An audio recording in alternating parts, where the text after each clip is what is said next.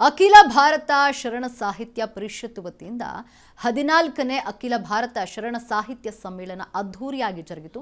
ಬೆಂಗಳೂರಿನ ವಿಜಯನಗರದಲ್ಲಿ 2 ದಿನಗಳ ಕಾಲ ನಡೆದಂತಹ ಸಮ್ಮೇಳನದಲ್ಲಿ ಹಲವಾರು ಮಹತ್ವದ ವಿಚಾರಗೋಷ್ಠಿ ನಡೆದಿದೆ.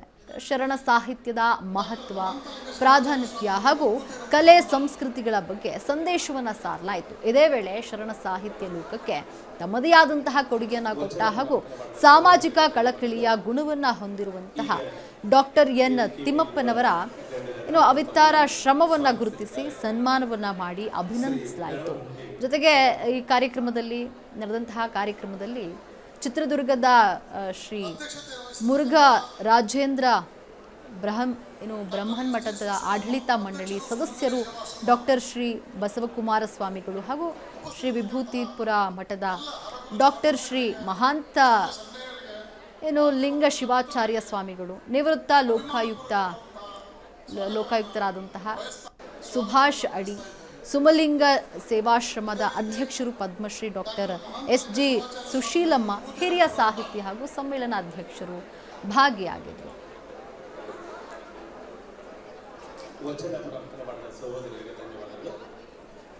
ಈಗ ವೇದಿಕೆ ಮೇಲಿರುವ ಗಣ್ಯರನ್ನು ಮತ್ತು ತಮ್ಮನ್ನು ಸ್ವಾಗತಿಸಲಿದ್ದಾರೆ ಶ್ರೀ ಯಳವರಹುಂಡಿ ಸಿದ್ದಪ್ಪ.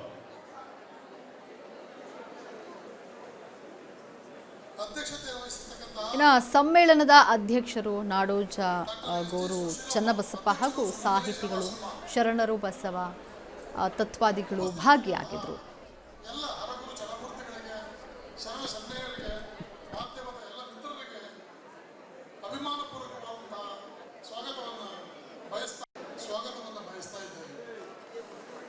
ಇದೇ ರೀತಿ ಡಾಕ್ಟರ್ ಮಹಾಂತ ಲಿಂಗ ಶಿವಾಚಾರ್ಯ ಸ್ವಾಮಿಗಳು ವಿಭೂತಿಪುರ ಮಠ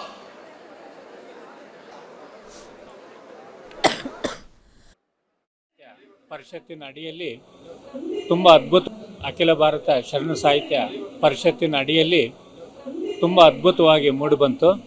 ಈ ಸಮ್ಮೇಳನಕ್ಕೆ ಕರ್ನಾಟಕಾದ್ಯಂತ ಎಲ್ಲ ಸಾಹಿತಿಗಳು ಮತ್ತು ಶರಣ ಸಾಹಿತ್ಯ ಬಂಧುಗಳೆಲ್ಲ ಭಾಗವಹಿಸಿದ್ದಾರೆ. ಅವರಿಗೆ ಶರಣ ಸಾಹಿತ್ಯ ಪರಿಷತ್ ಈ ಸಂಘಟಕರಿಗೆ ನಾನು ಅಭಿನಂದನೆಗಳು ಸಲ್ಲಿಸ್ತಿದ್ದೇನೆ. ತಿಮ್ಮಪ್ಪ ವಕೀಲರು, ನನ್ನ ಜೀವನದಲ್ಲಿ ಕೇವಲ ನಾನು ಸಮಾಜ ಸೇವೆಗೋಸ್ಕರ ಮುಡಿಪಿಟ್ಟಿದ್ದೀನಿ. ಸುಮಾರು ನನಗೆ 191 ಅವಾರ್ಡ್ಸ್ ಬಂದಿದೆ ಇದುವರೆಗೂ, ಇನ್ಕ್ಲೂಡಿಂಗ್ ರಾಜ್ಯೋತ್ಸವ ಮತ್ತು ಕೆಂಪೇಗೌಡ ಪ್ರಶಸ್ತಿ, ಅನೇಕ ಪ್ರಶಸ್ತಿಗಳಿಗೆ ಭಾಜನಾಗಿದ್ದೇನೆ. ನನಗೆ ನನ್ನ ಕಾರ್ಯಚಟುವಟಿಕೆಗಳಲ್ಲಿ ನನಗೆ ಭಾರಿ ಸಂತೋಷ ಇದೆ. ಅದಕ್ಕೋಸ್ಕರ ನಿಮಗೂ ಮತ್ತು ಈ ಶರಣ ಸಾಹಿತ್ಯ ಇವರು ನಮಗೆ ಪ್ರಶಸ್ತಿ ನೀಡಿದಂಥ ಶರಣ ಸಾಹಿತ್ಯ ಪರಿಷತ್ ಅಧ್ಯಕ್ಷರಾದಂಥ ಶ್ರೀ ಸೋಮಶೇಖರ್ ಅವ್ರಿಗೂ, ಈ ಕಾರ್ಯಕಾರಿ ಸಮಿತಿಯ ಸದಸ್ಯರಿಗೆ ನಾನು ಅಭಿನಂದನೆ ಸಲ್ಲಿಸ್ತಿದ್ದೇನೆ. ಅಖಿಲ ಭಾರತ ಶರಣ ಸಾಹಿತ್ಯ